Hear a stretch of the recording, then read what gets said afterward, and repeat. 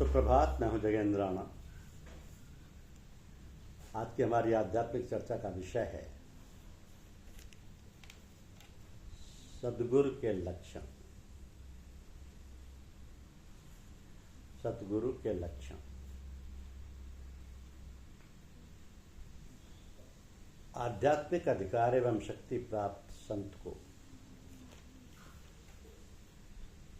निम्नलिखित लक्षणों के द्वारा पहचाना जा सकता है। निम्न लक्षणों के द्वारा पहचाना जा सकता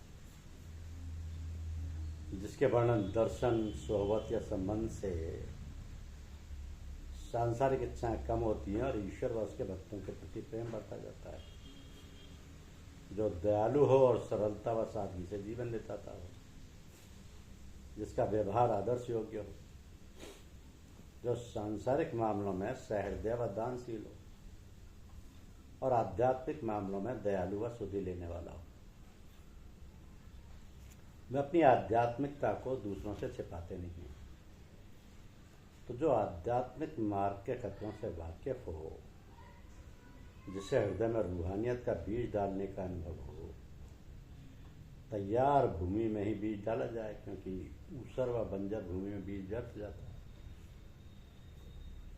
तो जो दूसरों के हृदय की बात समझता हो, आध्यात्मिक रहस्यों को समझाने की योग्यता रखता हो तथा दूसरों को शिक्षा देने का अधिकार प्राप्त हो, ऐसे बुजुर्ग संतों से संबंध रखने वाले व्यक्तियों से भी या व्यक्तियों में भी ये लक्षण पाए जाते हैं। अब निसंदेह ऐसे लक्षणों वाला व्यक्ति पूर्णता प्राप्त समर्थ सद्गुरु, जिसे कामिल व बली कहा जाए, होगा। यदि अच्छी किस्मत और ईश्वर की कृपा से ऐसा सद्गुरु मिल जाए तो शिष्य को एक मृत व्यक्ति के समान समर्पण कर देना चाहिए।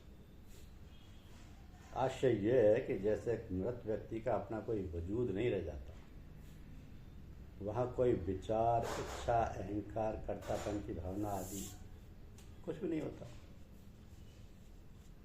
उसी प्रकार मिसल मुर्दा गुरु के प्रति समर्पित होना चाहिए।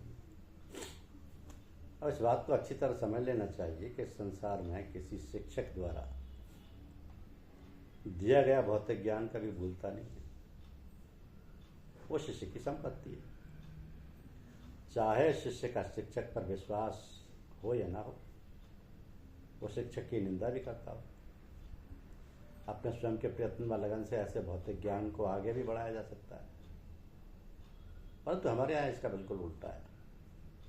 यहाँ गुरु एवं शिष्य में जरा सा भी अहंकार है, श्रद्धा है, विश्वास में कमी है या बेअदबी है, तो उसका सारा आध्यात्मिक ज्ञान व शक्ति नष्ट हो जाती है।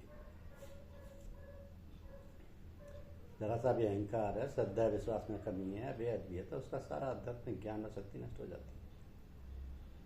यदि ऐसा होने पर भी शिष्य अपनी रूहानी हालत को बेहतर समझता है तो इसे भूतकाल में अर्जित की हुई विरासत ही समझना चाहिए, और समय बीतने के साथ ही एक शोले की तरह वो बची कुची ऊर्जा ठंडी होकर एक दिन नष्ट हो जाएगी।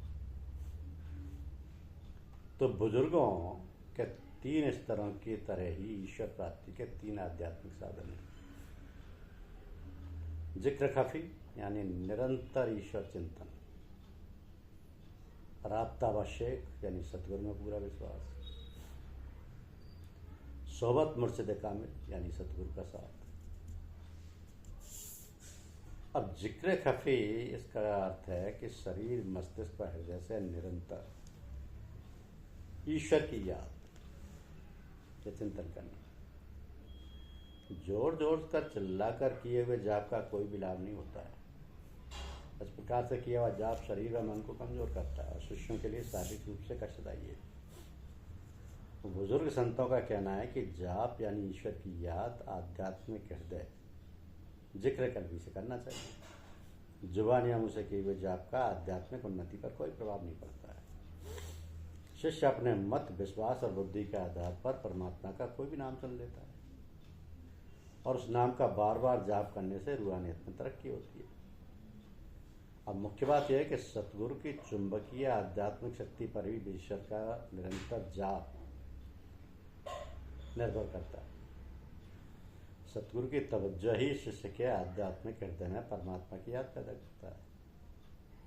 तो ईश्वर की याद और नाम बिना किसी प्रयत्न, जाप या रियाजत के उसके हृदय में स्वतः स्थिर हो जाता है। जब ऐसा घटित हो तो शिष्य का कर्तव्य है कि इस आध्यात्मिक हालत को मुकम्मल करने की कोशिश करें। और तो संत कबीर फरमाते हैं कि सतगुरु मेरा सूरमा मारे शब्द की चोट, गोला मारे प्रेम का ढहे भ्रम का कोट।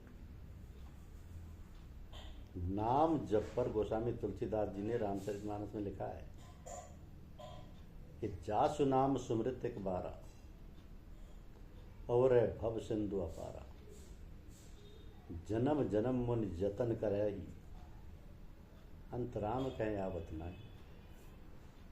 तो निरंतर ईश्वर के नाम जप यानी जिक्र कलवी से शिष्य तमाम बंधनों से मुक्त हो जाता है और ईश्वर मिलन की आध्यात्मिक स्थिति यानी सूर्य अवधि तक पहुंच जाता है।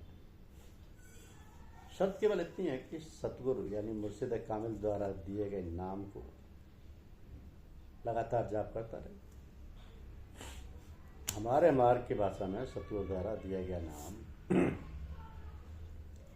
परमात्मा का सबसे पवित्र नाम है, इसे इज़्म आज़म माना जाता है। तो पहले इज़्म आज़म का ज्ञान तमाम बुजुर्ग संतों व पीरों को हुआ था, परंतु ये बात सभी शिक्षकों पर लागू नहीं होती।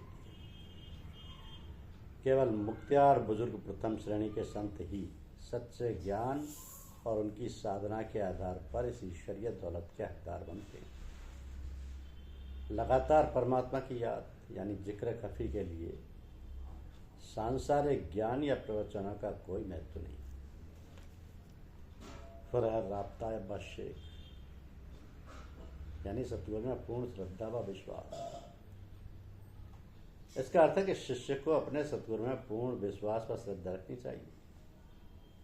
जब शिष्य के हृदय में गुरु के प्रति उत्कंठ इच्छा व भक्ति पैदा होती है तो अपने सतगुरु के प्रति पूरी तरह से समर्पित हो जाता है और उनकी आज्ञा का पालन करता है, अपने अहम को पूरी तरह से नष्ट कर देता है और अंत में अपने को गुरु से लय कर देता है। तो ऐसी आध्यात्मिक स्थिति को फनाफिल से यानी सतगुरु में लय होना कहते हैं। इस स्थिति में गुरु व शिष्य का आध्यात्मिक भेद समाप्त हो जाता है, दोनों मिलकर एक हो जाते हैं।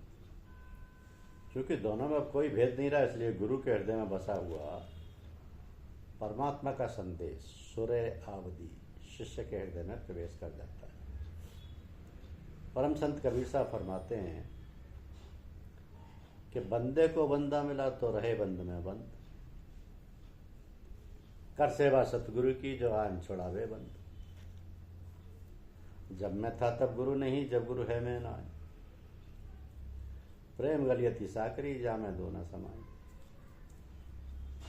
मेरी बात बन जाए उसका कलाम, मेरी चाल हो जाए उसका एहतराम। न लैला रहे न मजनू रहे, फकत दरमियान एक मजमून रहे। ऐसे में शिष्य का अपना कोई वजूद नहीं रह जाता है और गुरु के व्यक्तित्व में शिष्य पूरी तरह विलय हो जाता है। शिष्य का अहम व सांसारिक इच्छाएं भी गुरु में समाहित हो जाती हैं। इसे पूर्ण समर्पण कहा जाता है। यदि गुरु में पूर्ण श्रद्धा, राब्ता व शेख नहीं है तो इस स्थिति तक कभी नहीं पहुंचा जा सकता है। गुरु में पूर्ण श्रद्धा लाने के साधन हैं प्रेम, नजदीकी व सत्संग। गुरु के प्रति शिष्य की पूरी श्रद्धा और विश्वास को परखने का ये मापदंड है। तो जब शिष्य गुरु से संबंधित प्रत्येक वस्तु को पसंद करता है तब गुरु के प्रत्येक कार्य को वो स्वतः स्वीकार करे। जब हर क्षण उसका हृदय व विचार गुरु प्रेम की लहरों में बहे, जब वह हमेशा गुरु की आज्ञा का पालन के लिए तत्पर रहे, वह आज्ञा पालन उसकी प्राकृतिक आदत बन जाए, तो शिष्य की ऐसी हालत को विलायत सुगरा यानी परमात्मा की याद की आध्यात्मिक स्थिति कहा जाएगा। ईश्वर की याद उसके आध्यात्मिक हृदय तक प्रवेश कर जाती है और शिष्य फनाफिल शेख का दर्जा हासिल कर लेता है। अब वो ईश्वर दर्शन के लिए उसके दरवाजे पर खड़ा है। इस आध्यात्मिक स्थिति के पहुंचने पर सतगुरु द्वारा शिष्य को कुछ आध्यात्मिक कार्य प्रदान किए जाते हैं। सबसे पहले उसे स्मार्ग यानी सिलसिला औलिया के संदेश को अन्य जिज्ञासुओं में फैलाने की इजाजत दी जाती है। इसका अर्थ है कि गुरु की नज़दीकी और उनसे पवित्र संबंध स्थापित करना। अब गुरु की नज़दीकी और उनके प्रेम में शिष्य संसार की सारी चीज़ों को भूल जाता है। इस हालत को ईश्वर चिंतन की सर्वोच्च स्थिति यानी सुल्तानुल अज़कार कहा गया है। इसके बाद आध्यात्मिक शक्ति के तमाम केंद्र यानी चक्र खुलने लगते हैं। अपने पवित्र ज्ञान व साधना से अब शिष्य भौतिक व आध्यात्मिक दुनिया के संबंध को समझने लगता है। जब शिष्य अपने को इस स्थिति में स्थिर कर लेता है, उसकी आध्यात्मिक शक्ति इस स्तर तक बढ़ जाती है। यदि वह चाहे तो वही हालत व शक्तियां दूसरे जिज्ञासुओं के हृदय में पैदा कर सकता है। तो सिलसिला आलिया की भाषा में उसे बलि कहा जाने लगता है। इस स्थिति के बाद उसकी व्यक्तिगत आत्मा आलम बाला में प्रवेश कर जाती है। अभी तक आध्यात्मिक उन्नति में केवल शारीरिक व मानसिक पहलुओं को शामिल किया गया है। इसलिए ईश्वर प्रेम की नींव को बहुत मजबूत नहीं कहा जा सकता। सलूक यानी ईश्वरीय ज्ञान का मार्ग तो बहुत कठिन है। ईश्वर प्रेम के तमाम आध्यात्मिक स्तरों को पार करने के बाद शिष्य में आध्यात्मिक जागरूकता आती है। प्रेम और भक्ति की गहराई में जो बेसुधी का वातावरण था वो अब समाप्त हो जाता है। अब वो जागरूकता व होश में आ जाता है। उसकी हालत एक ऐसे यात्री की तरह है जो भूप्रदेश को पार कर समुद्र के किनारे पहुंचता है, जहाज पर चढ़ता है और कुछ समय बाद उसे चारों ओर पानी पानी दिखाई पड़ता है। तो जमीन का कहीं नामो निशान नहीं, यहाँ तक कि जमीन का विचार भी उसके मन से गायब हो जाता है। अब शिष्य गुरु यानी मुर्शिद कामिल की नज़दीकी व उनकी कृपा से एक के बाद एक आध्यात्मिक स्थिति को पार करता जाता है। तो शिष्य अपनी जागृत चेतना से होशपूर्वक ईश्वरीय ज्ञान को अपने अंदर जज्ब करता है। खोया हुआ राज्य फिर मिल जाता है। सच्ची वास्तविकता उसके सामने, और जब ईश्वर में है, अब ईश्वर में उसका पूर्ण विश्वास जमने लगता है। यह आध्यात्मिक स्थिति यानी रूह से संबंधित है। उसकी आध्यात्मिक चेतना अब पूरी तरह से चैतन्य व जागृत हो चुकी है। इस स्थिति को कभी कभी आत्म साक्षात्कार या मुशाहिदा कहा जा सकता है। तो यहाँ पर शिष्य के नीचे गिरने के खतरे बहुत हैं, क्योंकि उसमें इतनी अधिक रूहानी ताकत पैदा हो जाती है कि वह अपने मस्तिष्क व बुद्धि से उस शक्ति के दुरुपयोग के लोभ से अपने को रोक नहीं पाता है। कभी कभी सदगुरु उसकी भक्ति की परीक्षा भी लेते हैं। इसलिए वो आवश्यक है कि इस स्थिति पर पहुंचे कि साधक को पहले से ही कहीं ज़्यादा गुरु के प्रति प्रेम, भक्ति, सेवा पर ध्यान देना चाहिए। यदि ऐसा नहीं है तो ये समझना चाहिए कि शैतान नफ्स यानी अहम भाव उस पर अपना प्रभाव गुप्त रूप से डाल रहा है। आध्यात्मिक पतन से उन्नति का मार्ग अवरुद्ध हो जाता है। नफ्स का यही स्वभाव है कि तलवार देने वाले पर ही तलवार चलाई जाती है।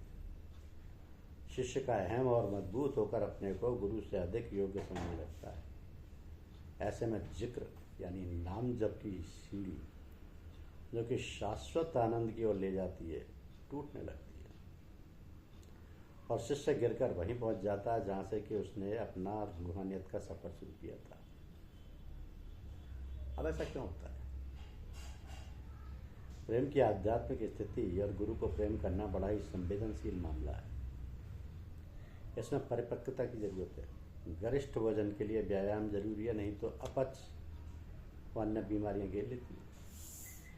बड़ी सावधानी की जरूरत है। साहस से प्रयत्न व त्याग चाहिए। इस स्थल पर शिष्य की सच्ची मंशा की परीक्षा हो जाती है। तो एक प्राचीन कहावत है कि सत्य कभी गलत कदम नहीं उठाता है। सतगुरु की पवित्र सोहबत यानी सोहबत पीर मुर्शिद कामिल से शिष्य आगे बढ़ता जाता है और उच्चतर आध्यात्मिक परिस्थितियों का भाग बनता जाता है। उसकी परिस्थिति से अन्य जिज्ञासु का भी फायदा होता है। शिष्य ईश्वरीय ज्ञान को प्राप्त करता हुआ आत्म साक्षात्कार की ओर तभी बढ़ जाता है पाता है जब उस पर गुरु कृपा हो। तो गुरु के प्रति उसका प्रेम व श्रद्धा बराबर बढ़ती रहे और वह अपने सतगुरु को रोम रोम से पूछता रहे। अभी तक केवल ईश्वर चिंतन की आध्यात्मिक स्थिति यानी विलायत सुगरा व कुछ अन्य ऊंचे मुकाम को समझाया गया है। अब विलायत केवरा यानी ईश्वर प्राप्ति की अवस्था और विलायत ओलिया यानी ईश्वर दर्शन को अभी समझना बाकी है। तो रूहानियत की इन अवस्थाओं को सार्वजनिक रूप से नहीं समझाया जाता है, क्योंकि पिछले 60 सालों से हमारे यहाँ के शिष्य विलायत सुगरा यानी ईश्वर चिंतन की अवस्था तक नहीं पहुंच पाए हैं। इन अवस्थाओं के पार होने पर रूहानियत की अन्य ऊंची अवस्थाएं सामने आती हैं। अब सतगुरु में पूर्ण श्रद्धा व विश्वास ही आध्यात्मिक उन्नति का मुख्य आधार है। यदि पेड़ की जड़ें ही कमज़ोर हों तो पेड़ फल नहीं दे सकता। कमज़ोर नींव पर कई मंजिलें नहीं खड़ी की जा सकती। तो शिष्य का विश्वास जितना अधिक होगा उतना ही अधिक या उतना ही उसकी रुचि गुरु के सत्संग में लगेगी, उतना ही उसमें गुरु प्रेम की अग्नि प्रज्वलित होगी और उसमें आध्यात्मिक गहराई व चमक होगी। तो गुरु के सोबत व सत्संग से शिष्य ऊपर बतलाई गई 3 आध्यात्मिक अवस्थाओं को जल्दी पार कर पाए। उसकी उन्नति इतनी आश्चर्यजनक होती है कि वह एक अवस्था में अधिक समय तक नहीं रहता है। इस यात्रा के अंत में शिष्य अपने सतगुरु में पूर्ण रूप से लय हो जाता है। फना फिर से यही रास्ता है ईश्वर की सेवा का या खुदाबंदी। केवल कुछ भाग्यशाली इस मुकाम पर पहुंच पाते।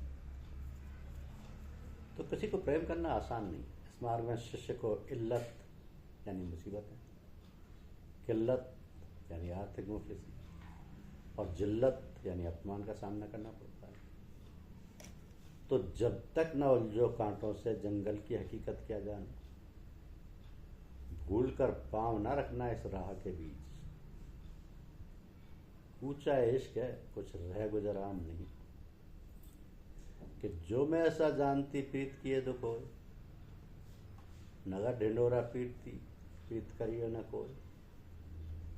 सद्दार विश्वास का अंत है गुरु प्रेम। बगैर सेवा के गुरु प्रेम का कोई महत्व नहीं है। प्रेम और सेवा एक दूसरे के पूरक हैं।